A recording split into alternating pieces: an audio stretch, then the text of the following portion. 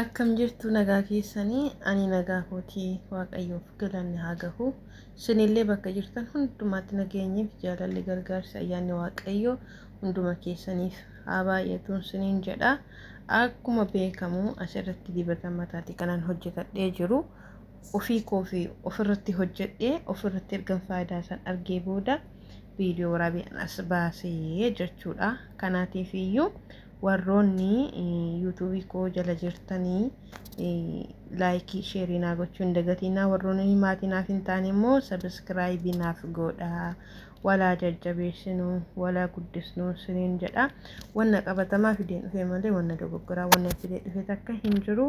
Ofii kiyya itti fayyadamee erga faayidaa isaa argee boodannan viidiyoo waraabee immoo asirratti gadhiisee jechuudha. Kanaatiif iyyuu laayikii sheerii sabiskiraayibii naa gochuu hin dagatinaa walaa guddisna.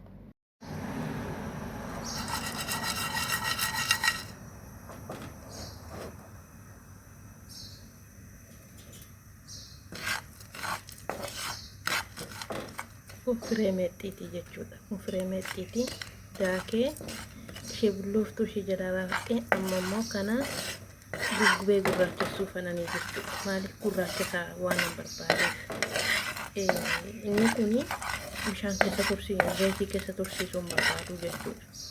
Kana ammuma gugubee gurraachesse ammuma dibadha. Maaliif faayidaa buqqeessaa sin gurraachessaa mataasaa sin gurraachessa. Baay'ee faayidaa qaba jechuudha. Kanaatiifuu firee meexxiitii fayyadamaa. Toshaale baay'ee faayidaa qaba.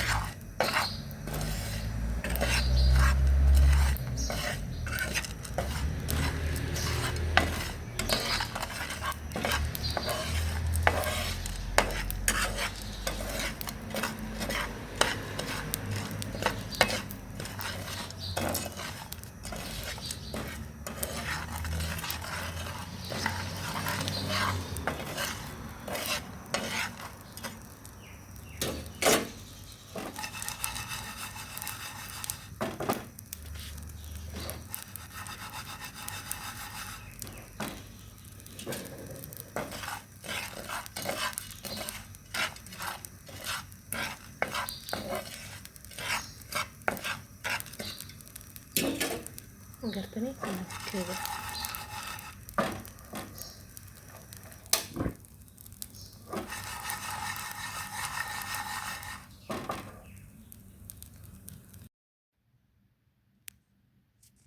akkuma argamu kun akkasitti gubeen ka'e baay'ee bareedaadha. Amma kana sadanitti annaqa jechuudha. Kana sadan irraa tanan hojjetadhu. Kuni zayituuniidha.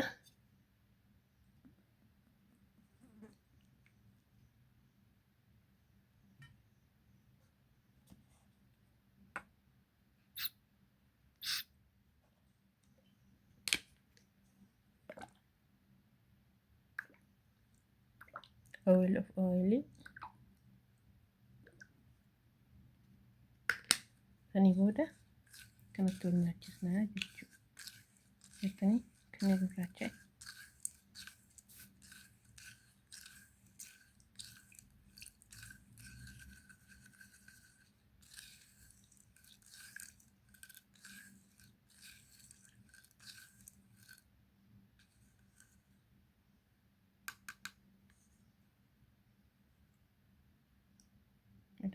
kanatti lawwatama.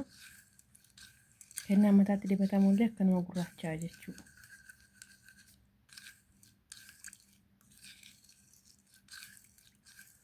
Kan amma eegaran dibadha amma qabbaneessee amma ho'aa waan ta'eef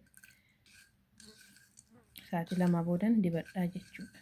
Baay'ee bareedaa mataadhaaf baay'ee bareecha yoo nama mataatti baay'ee gurraachessa. Kanaatiifuu fayyadamaa.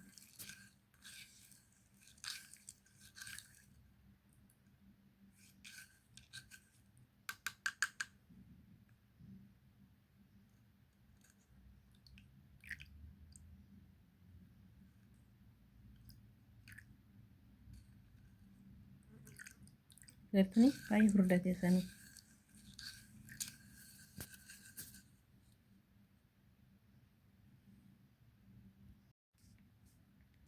Amma kun meexxii marraatan hojjeera jechuudha akka inni itti diimatu. Inni kun magaarisseedha. Kan ammoo kan guggubee jechuudha. Kana nama magaarisee kan ammoo guggubeen hojjedhina. Hagam kan wal caalu. Kun amma torbee ol ta'e harka kana keessa taa'ee amma kana calalee har'a mataa kiyyatti dibachuu kananii kanatti kan calalaa jira.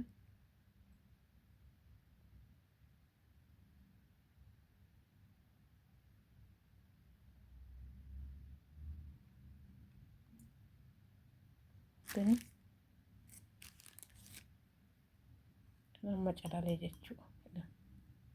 Baay'ee furdateera jijjiirama qaba jechuudha. Isa jalatti hafee isaa kan isinitti agarsiisu.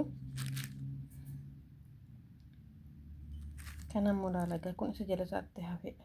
Kun yoon akkas godhamu isa jala isaa jiru. Hagam akka inni wal caalu laaladha. Inni kun gurraacha'ee dammoo guggubeenna.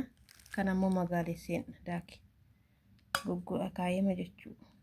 Kanaatiifuu itti fayyadamaa. Faayidaa malee miidhaan qabu. Ofirratti argeen odeesse malee subscribe barbaachaaf like barbaachaaf miti. Kanaatiifuu itti fayyadamaa. Kan namni itti fayyadamee ofirratti namni hojjetee isinitti agarsiise amantummaafidha jechuudha. Kanaatiifuu wanna nama fayyadu tokko dhuunfaa ofitti fayyadamanii callisaan faayidaa hin qabu. Yoo waliin fayyadaman malee jechuudha. Kanaatiifuu itti fayyadamaa isiniin jedha.